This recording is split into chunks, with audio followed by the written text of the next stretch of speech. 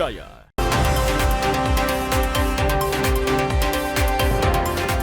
Gadaikan motor teman tanpa izin pegawai BUMN di Makassar, Sulawesi Selatan ditangkap polisi.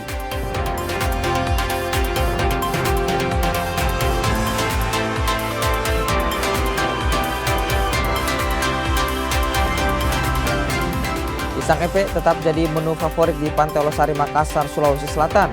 Saat musim liburan tiba, penjualan pisang epe meningkat.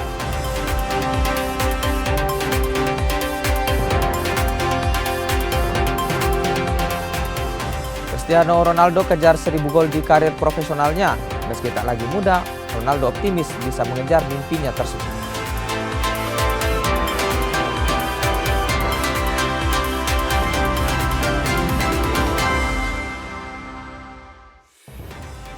Halo, apa kabar Anda hari ini? Kompas Pagi kembali menjumpai Anda. Selain 3 sorotan utama kami tadi, informasi lainnya juga akan kami hadirkan di Kompas Pagi edisi kali ini. Bersama saya Eki Muzakir, ini dia Kompas Pagi selengkapnya. Kita awali Kompas Pagi, Saudara. Tim Resmo Polsek Makassar meringkus karyawan BUMN usai menggadaikan motor milik rekannya tanpa izin. Pelaku nyaris dihakimi warga lantaran kesal dengan tingkah pelaku. Warga di Jalan Domba, Kota Makassar, Sulawesi Selatan ini mengepung rumah salah seorang warga. Warga kesal atas perilaku pemilik rumah yang diketahui bernama Alif Septian. Alif nekat menggadaikan motor milik rekannya tanpa izin. Pelaku pun langsung diamankan polisi dan dibawa ke Polsek Makassar. Dari hasil penyelidikan, pelaku menggadaikan motor milik rekannya demi menutupi uang rental mobil sebesar 4 juta rupiah.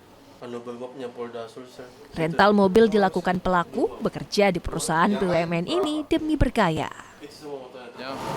Dari hasil interogasi, bahwasanya terduga pelaku ini meminjam motor dari korban dengan alasan untuk mengantar adiknya ke Malengkeri. Setelah beberapa hari kemudian, terduga pelaku tidak mengembalikan motor korban sehingga korban keberatan dan melaporkan ke Polsek Makassar untuk dibuatkan laporan polisi. Pelaku kini ditahan dan dikenakan pasal penipuan dan penggelapan dengan ancaman hukuman 4 tahun penjara. Rama Pratama, Kompas TV Makassar, Sulawesi Selatan. Masih dari Makassar, kebakaran terjadi di sebuah minimarket di Kota Makassar, Sulawesi Selatan. Kobaran api pertama kali muncul dari lantai 2 yang merupakan gudang barang campuran. Kebakaran terjadi di Jalan Andi Tondro, Kota Makassar, Sulawesi Selatan pada 1 Januari 2025 dini hari kemarin. Kobaran api pertama kali terlihat dari lantai 2 minimarket yang merupakan gudang barang campuran. Petugas pemadam kebakaran yang mendapat informasi mengerahkan 15 unit armada dan juga 1 mobil rescue untuk memadamkan api. Butuh 10 menit sebelum api bisa dipadamkan. Tidak ada korban jiwa dalam peristiwa ini. Penyebab kebakaran belum diketahui dan dalam penyelidikan pihak kepolisian. Jadi masalah kronisnya kita tidak tahu. Masalah kronisnya. Cuma kita ditelepon ada kebakaran di Andi Tondro, Alfamart, kita langsung meluncur. Sekitar jam berapa tadi? Kejadiannya 00:39. Berapa armada yang di? Saya kerahkan armada itu 16, 15 pemadaman, 1 mobil rescue. Ada kesulitan selama? Untuk kesulitan ya namanya malam tahun baru Pak. Ya, walaupun ada kendala sedikit ya tetap kita laksanakan. Tapi ya alhamdulillah kita sampai ke lokasi dengan sudah cukup waktu 15 menit. Kita ke informasi selanjutnya, Saudara. Kasus dosen Amal Said yang meludahi kasir swalayan di Makassar terus bergulir. Usai dipecat dari kampus, kini Amal Said harus berurusan dengan polisi setelah korban keberatan dan melaporkan Amal Said ke polisi. Babak baru kini harus dijalani dosen Amal Said. Kasus meludahi kasir swalayan membuat ASN tersebut kini berurusan dengan polisi. Amal Said pun jalani pemeriksaan perdana pada 30 Desember 2025 lalu. Amal Said diperiksa di Polsek Tamalan Rea, Makassar, usai korban keberatan atas perbuatan pelaku. Karena saya ada panggilan dari kantor polisi sehubungan adanya laporan yang tidak mengenakan atas saudari Ningsih, karyawan toko Satu Sama. Jadi saya datang ini memenuhi panggilan polisi untuk katanya memenuhi BAP. Selain memeriksa pelaku, penyidik Polsek Tamalandrea juga telah mengumpulkan barang bukti lainnya termasuk rekaman kamera pengawas atau CCTV. Polisi juga bahkan telah memeriksa sejumlah saksi untuk melengkapi berkas perkara.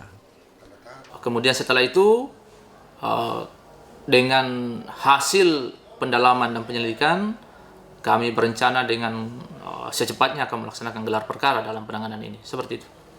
Kalau untuk sementara apakah masih sudah ada di ancaman pasal yang disangkakan atau seperti apa? Terhadap perbuatan yang bersangkutan masih kita berharapkan pasal penghinaan. Kasus Amal Said yang meludahi kasir swalayan berbuntut panjang. Sebelumnya Amal Said juga diberhentikan jadi dosen di Universitas Islam Makassar. Amal Said pun tak bisa berbuat banyak usai dipecat. Sebagai dosen, saya harus menerima itu karena itu keputusan lembaga, bukan secara keputusan ini.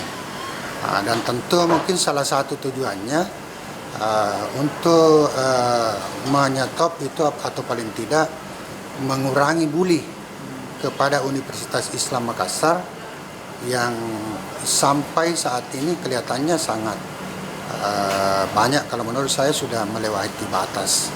Kasus Amal Said yang meludahi kasir swalayan terjadi pada Kamis 25 Desember 2025 lalu. Amal Said disebut kesal lantaran ditegur kasir swalayan lantaran menerobos antrean. Rama Pratama, Kompas TV Makassar, Sulawesi Selatan. Kita ke informasi lain, menjaga kelestarian lingkungan terus digalangkan. Aksi penanaman ribuan pohon dilakukan PT Angkasa Pura Patimura dan juga komunitas Green Molucas. Aksi ini menjadi komitmen untuk menciptakan lingkungan hijau, sehat dan juga berkelanjutan. Sebanyak 1.366 anakan pohon ditanam di kawasan Bandara Patimura, Desa Laha, Desa Hatu, dan beberapa titik lainnya di Kabupaten Maluku Tengah. Jenis anakan pohon yang ditanam yakni pucuk merah, tabebuya, bintanggor, ketapang, hingga mangrove. Aksi ini dilakukan untuk menjadikan Bandara Patimura sebagai destinasi ramah lingkungan dengan nilai ekologis jangka panjang serta mendukung program In Journey Airport Alam Lestari. Kita kerjasama dengan Green Molucas dan juga pemerintah kota Ambon dalam program Injourney Airport Alam Lestari. Memang target dari secara korporasi seluruh Indonesia Injourney Airport ada 1 juta pohon. Nah, kita juga ada memberikan sumbangan kurang lebih 170 juta ya tadi untuk penanaman pohon. Dan ini harapannya dapat menghadirkan suasana yang lebih hijau dan lebih lestari. Apresiasi diberikan Dinas Lingkungan Hidup atas langkah nyata menjaga kelestarian lingkungan tersebut. Hari ini kita tanam pohon bukan untuk kita tapi untuk anak cucu kita ke depan sehingga Ambon ini tetap lestari dan manis seperti yang kita mencintai bersama. Program ini menjadi komitmen berkelanjutan Angkasa Pura untuk menghadirkan bandara yang nyaman bagi penumpang dan ramah terhadap alam dan lingkungan sekitar. Kita ke Kendari, Saudara. Pengguna QRIS di Sulawesi Tenggara tumbuh 10%. Tak hanya pengguna, merchant atau pedagang yang menyediakan layanan QRIS bertambah 2,35%. Kantor Perwakilan Bank Indonesia Sultra bilang realisasi capaian target perluasan pengguna baru QRIS melampaui target. Dari 21.000 tercapai 29.383 pengguna baru. BI Sultra mencatat pengguna QRIS mencapai 298.190 atau tumbuh 10,9% dari tahun sebelumnya 268.807 pengguna. Sementara merchant atau pedagang bertambah 65.000 dari 170.000 pada 2024 atau tumbuh 2,35% pada 2025. Kita tahun 2025 ini kita ada mencatat menambah kurang lebih sekitar 26.000 pengguna baru. Jadi itu kerjasama kita juga macam-macam ya, dengan berbagai sekolah, dengan berbagai kegiatan, dengan berbagai kota, kabupaten, Pemda, itu relatif kami menargetkan hanya 21.000, ternyata alhamdulillah kita bisa mencapai sampai per November kemarin itu ada 26.000. Jadi kurang lebih secara realisasi pengguna KRIS khususnya di Sultra dari tahun 2023 sampai 2025 ini sudah mencapai sekitar 298.000 pengguna. Tahun 2025, volume transaksi tercatat hampir 27 juta, sementara tahun 2024 11 juta, atau tumbuh sebesar 142,59% dengan nominal transaksi sebesar 3,3 triliun rupiah. Silvian Syakia, Kompas TV Kendari, Sulawesi Tenggara. Kompas Pagi akan kembali dengan dialog bersama Komisi Informasi Publik Sulawesi Selatan. Apa yang jadi tantangan keterbukaan informasi di tahun 2026 ini? Kompas Pagi segera kembali.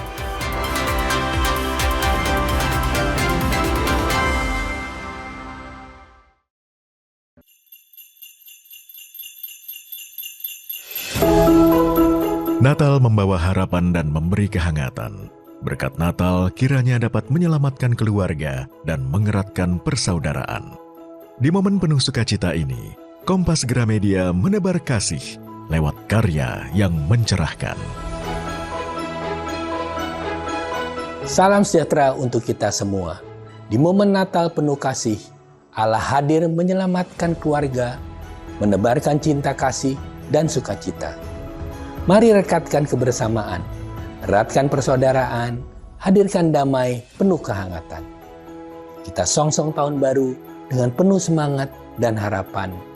Semoga setiap langkah membawa berkat dan anugerah bagi kita semua. Selamat Natal 2025 dan Tahun Baru 2026.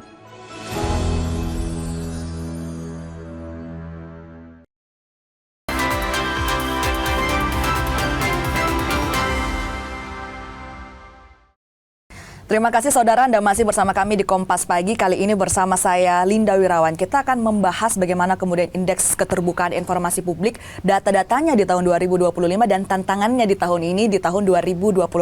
Bersama dengan Fauzia Erwin selaku Ketua Komisi Informasi Sulawesi Selatan.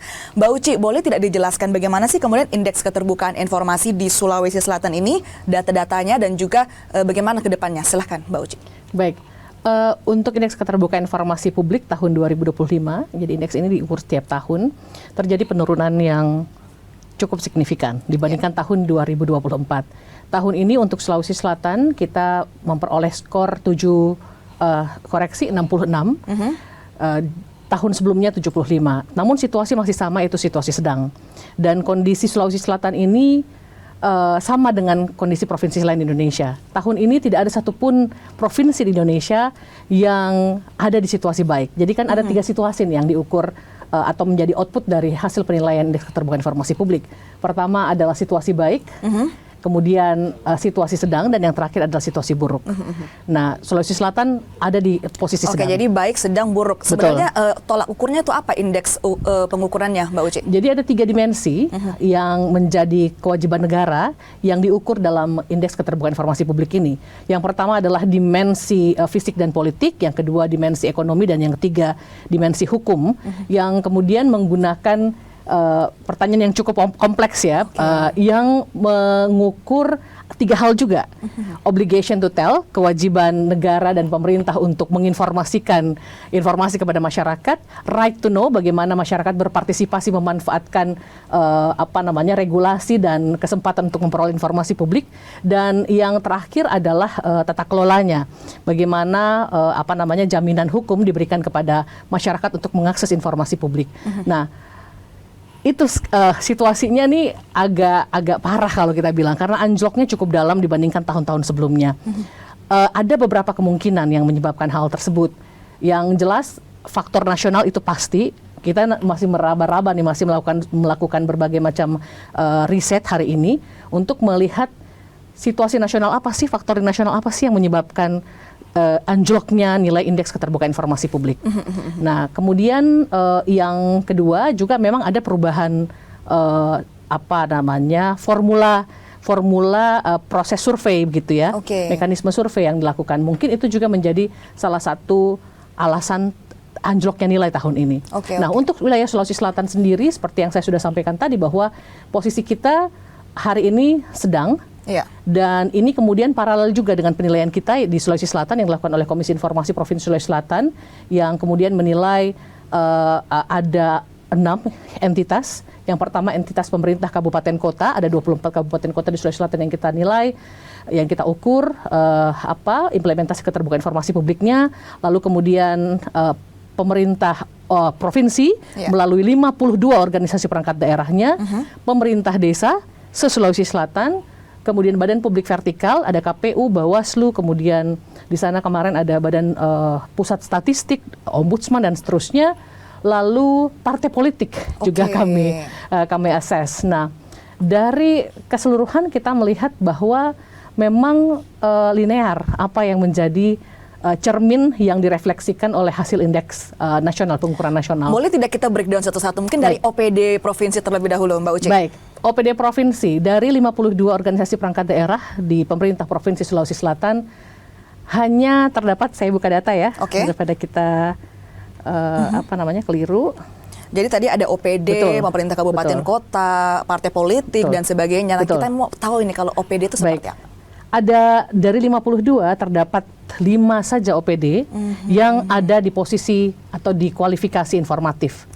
Nah, informatif ini adalah kualifikasi tertinggi dalam proses monitoring evaluasi keterbukaan informasi publik sesuai dengan regulasi, yaitu Undang-Undang 14 2008 tentang keterbukaan informasi publik dan Peraturan Komisi Informasi Nomor 1 Tahun 2022 tentang pelaksanaan MONEF. Dari 52 cuman 5 ya, Mbak hanya Uci, 5 yang informatif. Hanya 5 yang informatif. Nah, sisanya itu seperti apa penilaiannya? Untuk sisanya boleh kami sampaikan di sini, ada 1 yang menuju informatif, kemudian 3 pada kualifikasi cukup informatif.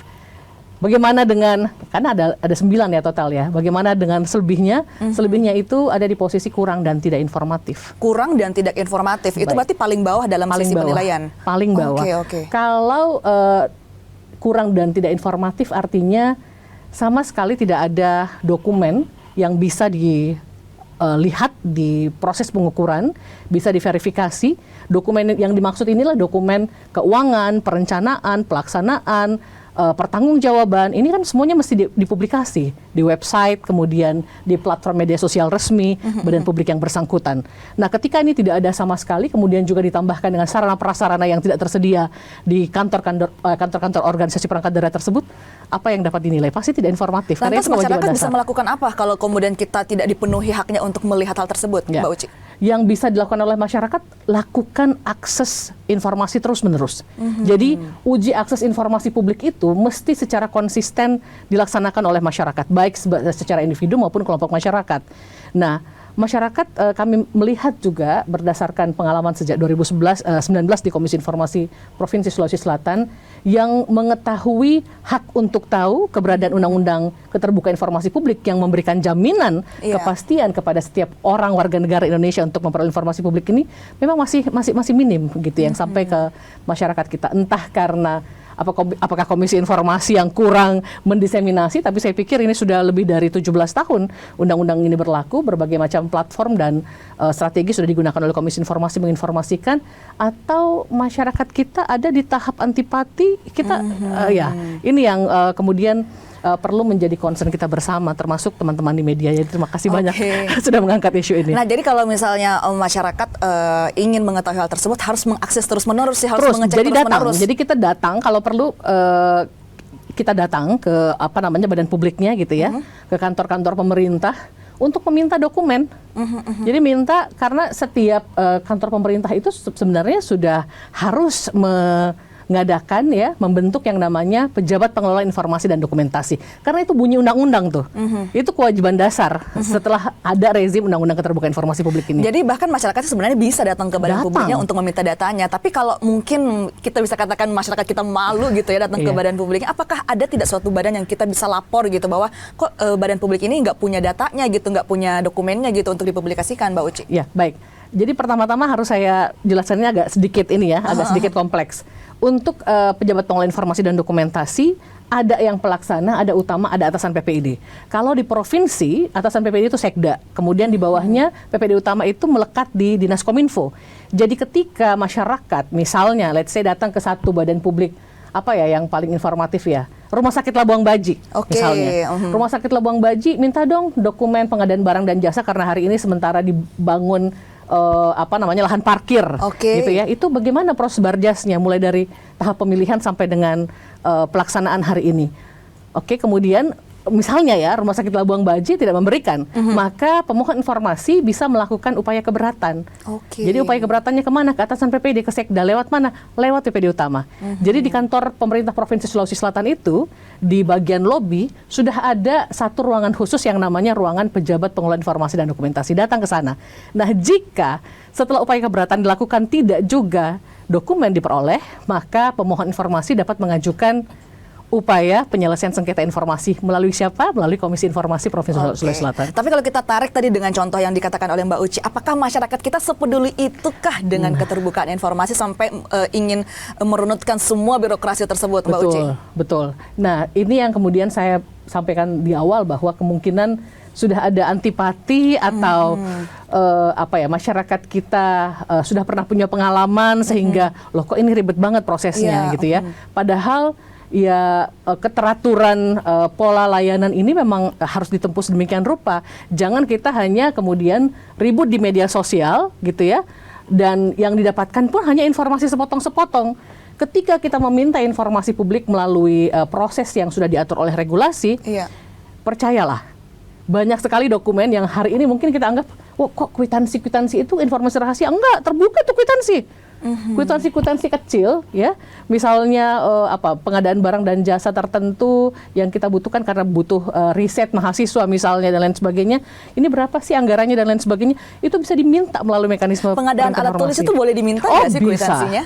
Bisa alat kecil itu alat tulis itu kecil tuh dokumennya karena kan tidak begitu banyak ya, berapa sih jumlah alat tulis. Tapi itu ternyata bisa diminta gitu ya. Bisa terbuka untuk publik. Terbuka. Jadi prinsipnya setelah lahir Undang-Undang Keterbukaan Informasi Publik, seluruh informasi yang dikuasai oleh badan publik. Badan publik itu siapa? Badan publik adalah institusi yang menggunakan APBD atau APBN ya, ataupun sumbangan masyarakat dan bantuan dari luar negeri. Jadi ini bukan hanya domain bukan hanya sempit begitu ya pengaturannya ke badan publik pemerintah, non pemerintah pun juga harus mengumumkan informasi publiknya yang didanai oleh dana APBD, APBN atau sumbangan masyarakat bantuan luar negeri ke platform yang paling mudah diakses oleh semua masyarakat. Jadi kalau organisasi keagamaan gitu ya, organisasi masyarakat itu mesti mengumumkan ketika tadi ada 4 hal tadi, APBD, APBN, sumbangan masyarakat atau bantuan luar negeri. Nah, tadi itu menjadi bagian anggaran. Kita sudah membahas mengenai OPD, mungkin nanti kita bisa korek juga mengenai pemerintah kabupaten kota yang ada di Sulawesi Selatan. Namun kita jeda sejenak, Mbak Uci, saudara jangan kemana-mana, tetap bersama kami di Kompas Pagi.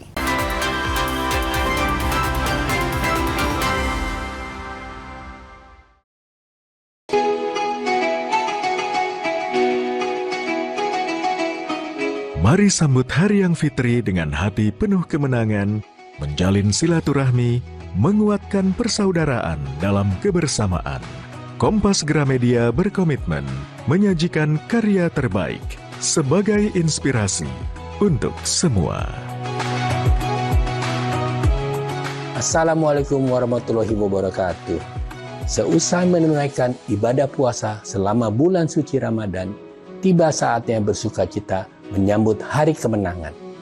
Mari berbagi kebahagiaan, merayakan kebersamaan, saling bermaafan, eratkan persaudaraan. Selamat Hari Raya Idul Fitri 1446 Hijriah. Minal aizin wal faizin, mohon maaf lahir dan batin. Wassalamualaikum warahmatullahi wabarakatuh.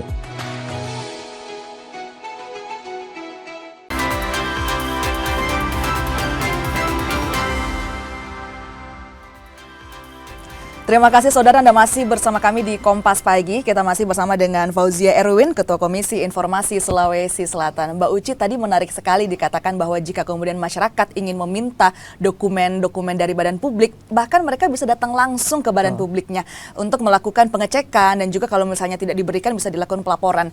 Tapi di zaman serba cepat ini, di zaman serba satset ini, digitalisasi itu sebenarnya sangat memudahkan kita. Apakah kemudian masyarakat bisa melihat, meminta lewat media sosial atau bahkan melapor lewat media sosial, Mbak Uci? Sebenarnya bisa. Justru kami di Komisi Informasi mendorong digitalisasi pelayanan informasi publik. Ini ya kemudian menjadi salah satu indikator penilaian di dalam monitoring evaluasi keterbukaan informasi publik, dan yang juga turut diukur di indeks keterbukaan informasi publik. Jadi setiap orang tuh bisa meminta informasi.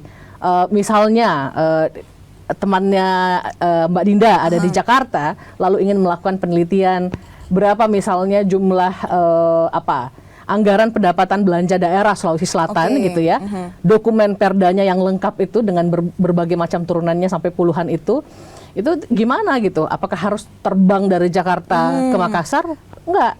Jadi itu bisa dilakukan melalui platform digital yang sudah disiapkan oleh badan publik. Contoh misalnya di pemerintah provinsi maupun pemerintah kabupaten kota yang ada di Sulawesi Selatan sudah punya aplikasi PPID. Jadi aplikasi berbasis website maupun aplikasi berbasis Android. Nah, diminta aja melalui aplikasi tersebut atau website tersebut. Di dalamnya itu sudah ada tuh form apa saja yang harus, data-data dasar yang harus diisi, kemudian informasi apa yang ingin diminta, kemudian tentu saja harus memasukkan identitas sehingga jelas siapa yang meminta informasi dan tujuan penggunaan informasinya nanti. Jadi ternyata digitalisasi ini sudah sangat membantu ya, Mbak Uci ya. Sangat membantu. Kalau tadi kita sudah membahas mengenai dari 52 OPD, ternyata cuma 5 yang dikategorikan sebagai informatif. Nah, kalau di pemerintah kabupaten kota di Sulawesi Selatan seperti apa, Mbak Uci? Di Sulawesi Selatan ada 24 kabupaten kota. Berdasarkan monitoring evaluasi yang baru saja selesai kita lakukan, hanya ada 2 yang informatif. Yang informatif itu hanya Luwu Timur, itu konsisten informatifnya sudah 4 tahun terakhir. Dan pemerintah Kota Makassar yang akhirnya naik kelas menjadi informatif setelah lama sekali bertengger di posisi tidak informatif, kurang informatif, dan cukup informatif. Jadi hanya ada 2 di Sulawesi Selatan, kabupaten dan kota. Kemudian 2 yang menuju informatif, Kabupaten Pangkep dan Kabupaten Kepulauan Selayar. Nah, sisanya itu adalah cukup informatif yang jumlahnya 8 gitu ya. Apa kabar dengan berapa? Berarti total 12 ya. 12 lainnya tidak informatif. Nah, kalau begitu dikatakan tadi dari baik itu OPD, pemerintah kabupaten kota, bahkan sangat sedikit dibandingkan dengan jumlah keseluruhan. Nggak tahu seperberapanya gitu, sedikit banget gitu. Lantas apakah ada sanksi yang diberikan agar mereka bisa evaluasi, bisa nantinya ke depannya akan lebih baik? Seperti apa, Mbak Uci? Sayangnya kalau sanksi yang berupa sanksi pidana atau administrasi itu belum ada. Keikutsertaan badan publik pun dalam proses Monef itu adalah kesadaran badan publik dan kesukarelaan. Nah, ini yang menjadi persoalan hari ini yang terus diperjuangkan oleh Komisi Informasi, baik itu di tingkat provinsi maupun pusat, untuk setidaknya kalau revisi Undang-Undang Keterbukaan Informasi Publik ini masih lama, karena kan namanya revisi kan ini kan ada proses politik ya, ada kepentingan-kepentingan dan lain sebagainya. Komisi Informasi pusat sudah berupaya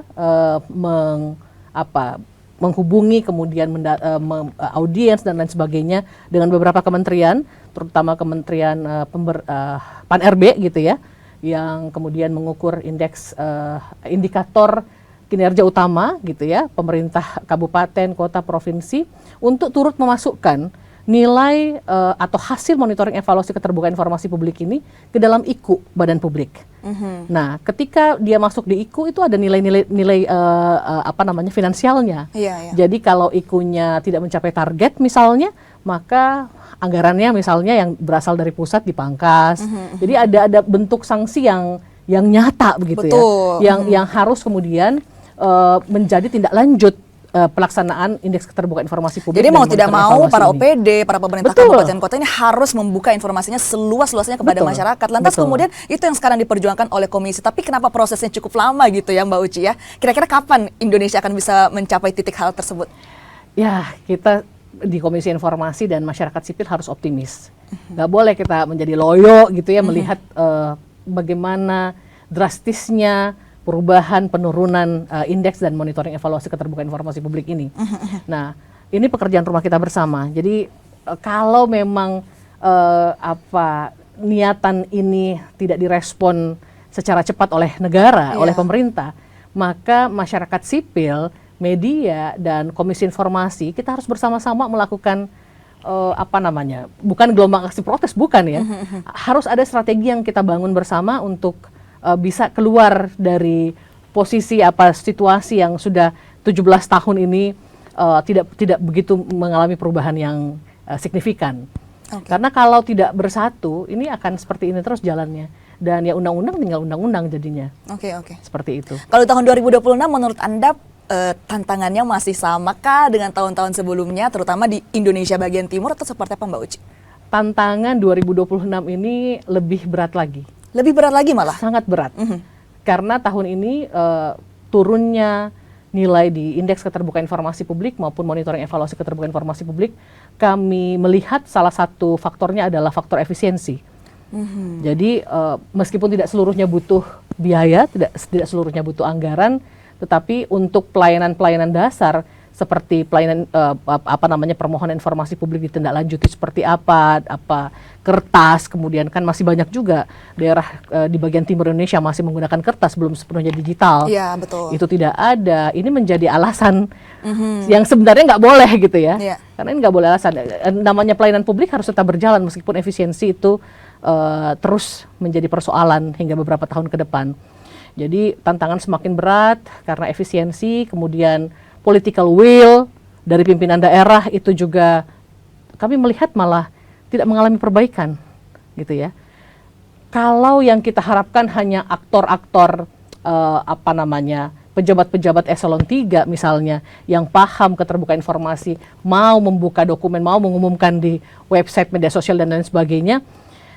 Namun untuk dokumen-dokumen yang dianggap sensitif itu kan biasanya harus meminta persetujuan dari pimpinan daerahnya.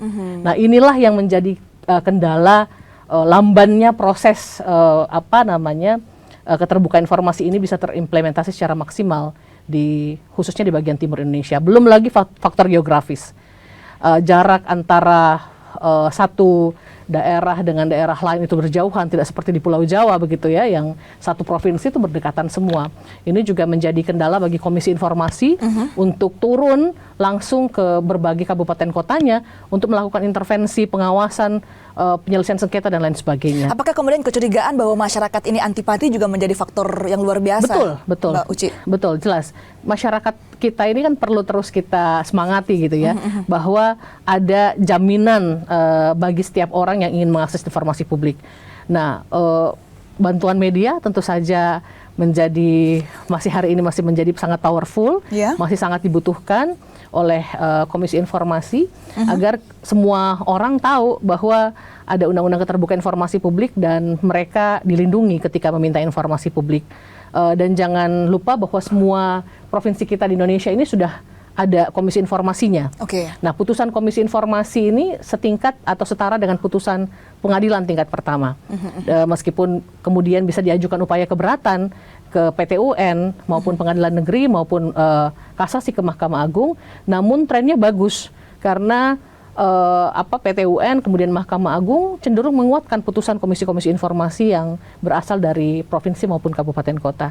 Seperti itu. Nah, tadi dikatakan bahwa sebenarnya tidak ada sanksi untuk kemudian para badan publik ya jika kemudian misalnya mereka tidak informatif dan sebagainya. Lantas apakah tidak ada efek jera yang bisa kita lakukan ke badan-badan publik ini sehingga mereka bisa membuka informasinya seluas-luasnya, Mbak Uci?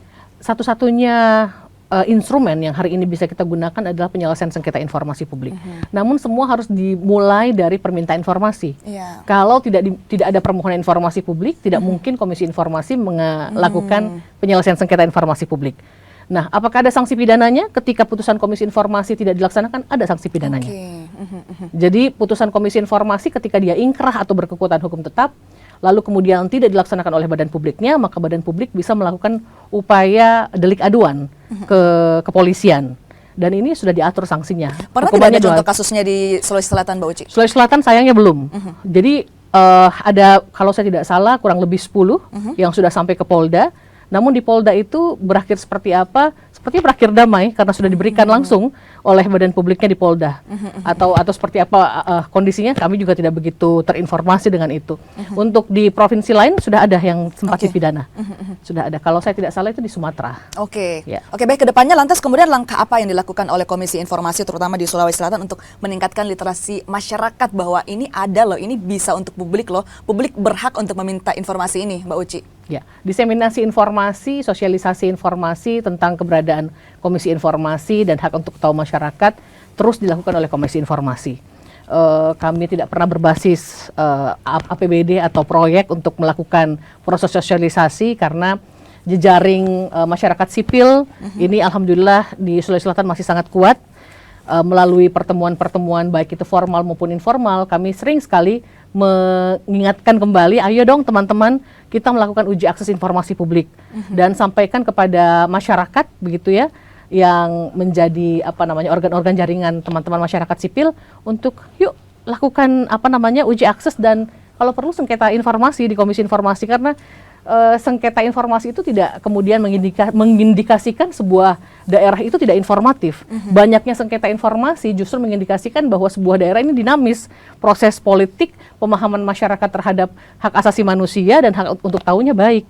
Jadi ini kemudian yang bisa dilakukan oleh Komisi Informasi. Selain kami terus-menerus memproduksi begitu ya berbagai flyer, jadi kami sebarkan melalui media sosial resmi Komisi Informasi dan teruskan juga ke kabupaten kota agar pemerintah kabupaten kota melalui PPD-nya bantu Komisi Informasi untuk menyampaikan ini kepada masyarakat karena kewajiban untuk sosialisasi hak untuk tahu itu bukan menjadi domain Komisi Informasi semata-mata gitu. Pemerintah punya kewajiban khusus untuk menginformasikan kepada masyarakat, meliterasi kepada masyarakat bahwa masyarakat ini punya hak untuk tahu. Jadi jangan semua bebannya dilimpahkan ke Komisi Informasi karena Komisi Informasi ini hanya 5 orang di satu provinsi. Dan kita di Sulawesi Selatan hanya punya di tingkat provinsi hari ini, yang di Kabupaten Bulukumba sementara di moratorium. Karena efisiensi. Dan sekali lagi masyarakat punya hak untuk tahu. Itu yang tadi saya garis bawahi dari perkataan masyarakat punya hak untuk tahu bagaimana kemudian kondisi keterbukaan informasi dari badan-badan publik yang ada di Indonesia. Baik, terima kasih sekali lagi Mbak Uci sudah bergabung bersama kita mengedukasi banyak sekali mengenai bagaimana kemudian keterbukaan informasi itu sangat penting untuk kemajuan negara kita, bangsa kita Indonesia. Dan saudara, masih banyak informasi lain yang akan kami hadirkan untuk Anda. Jangan kemana-mana, tetap bersama kami di Kompas Pagi.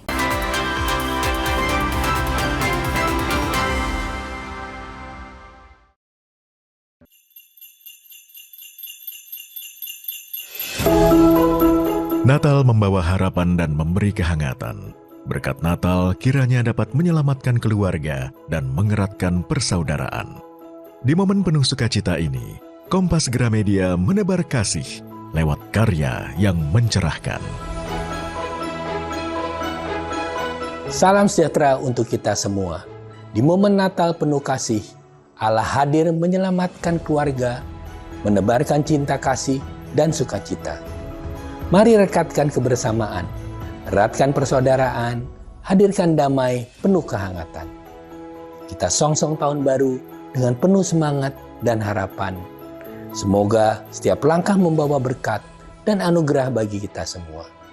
Selamat Natal 2025 dan Tahun Baru 2026.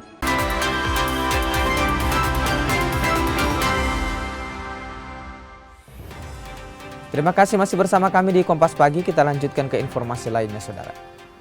Kita ke informasi selanjutnya. Wisata pantai menjadi salah satu pilihan favorit warga untuk menghabiskan waktu liburan. Selain jarak, wisata pantai dipilih karena harga tiket yang cukup terjangkau bagi warga.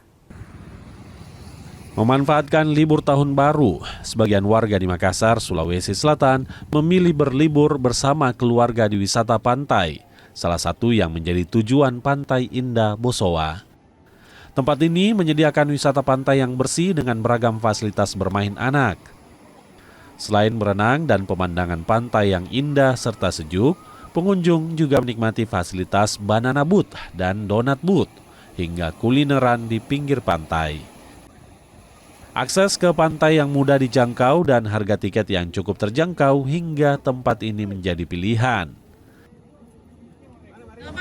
Karena kami keluarga suka sama pantai. Iya.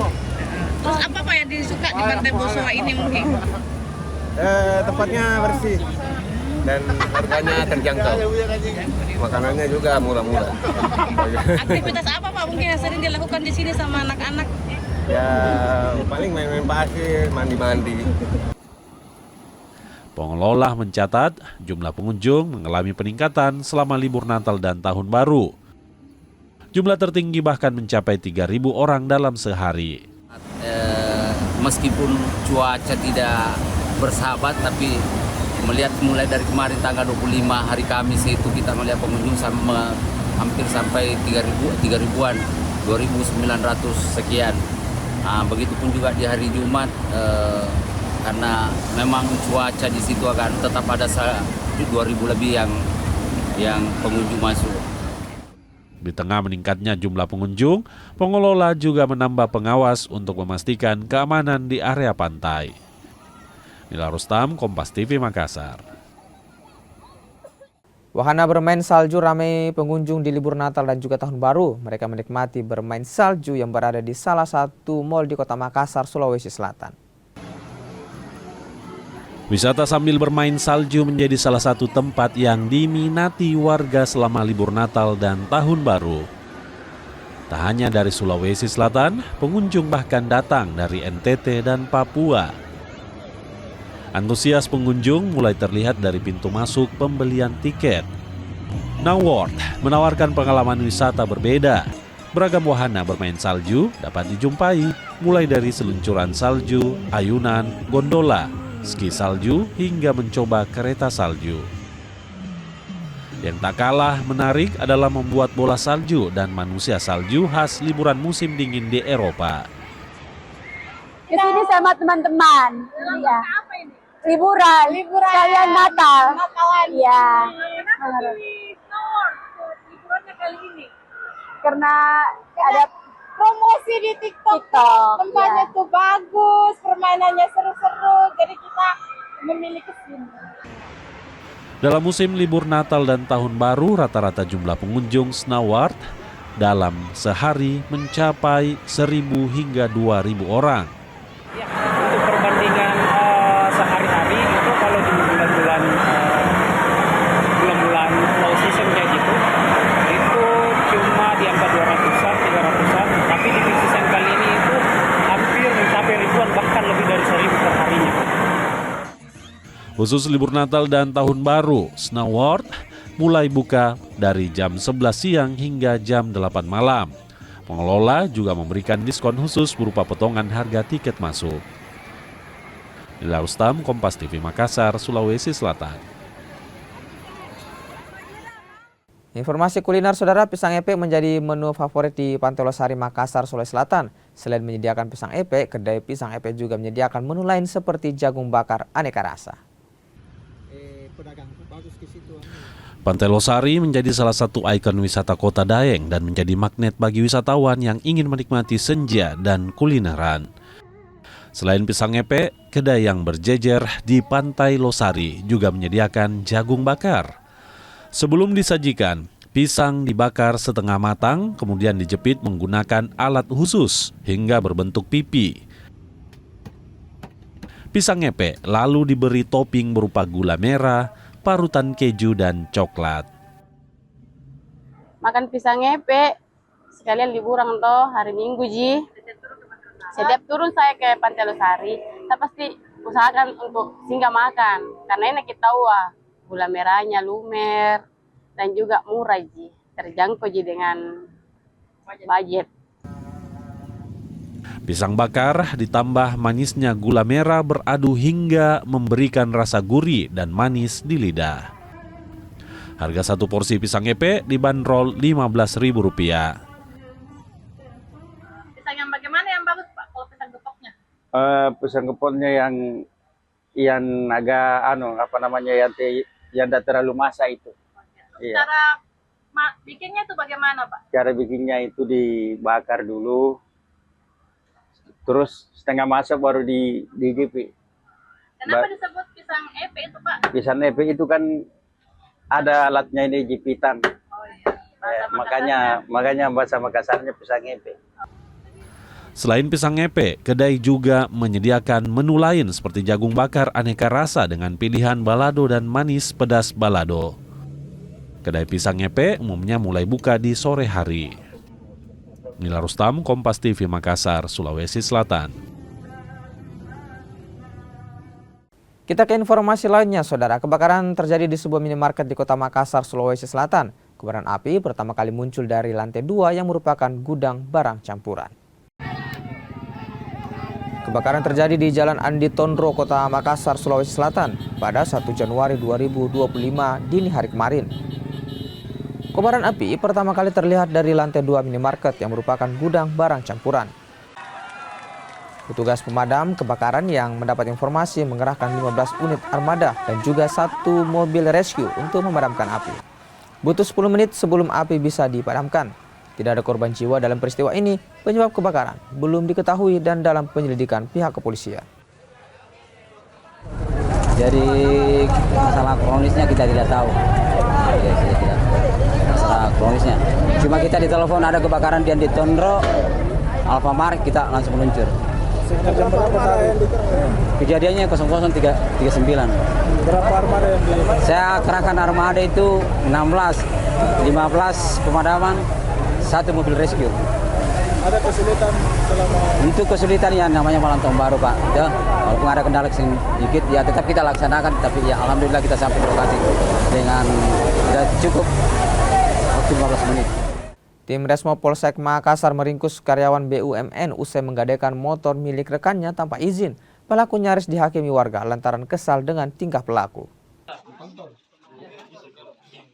Warga di Jalan Domba, Kota Makassar, Sulawesi Selatan ini mengepung rumah salah seorang warga. Warga kesal atas perilaku pemilik rumah yang diketahui bernama Alif Septian. Alif nekat menggadaikan motor milik rekannya tanpa izin. Pelaku pun langsung diamankan polisi dan dibawa ke Polsek Makassar. Dari hasil penyelidikan, pelaku menggadaikan motor milik rekannya demi menutupi uang rental mobil sebesar 4 juta rupiah.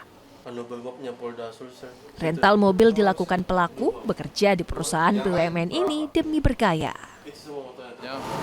Dari hasil interogasi, bahwasanya terduga pelaku ini meminjam motor dari korban dengan alasan untuk mengantar adiknya ke Malengkeri. Setelah beberapa hari kemudian, terduga pelaku tidak mengembalikan motor korban, sehingga korban keberatan dan melaporkan ke Polsek Makassar untuk dibuatkan laporan polisi. Pelaku kini ditahan dan dikenakan pasal penipuan dan penggelapan dengan ancaman hukuman 4 tahun penjara. Rama Pratama, Kompas TV Makassar, Sulawesi Selatan. Kami tutup Kompas Pagi edisi kali ini. Saya Eki Muzakir serta kru yang bertugas mengucapkan terima kasih atas perhatian Anda. Dan tetap di layar Kompas TV untuk menyaksikan program kami selanjutnya. Sampai jumpa.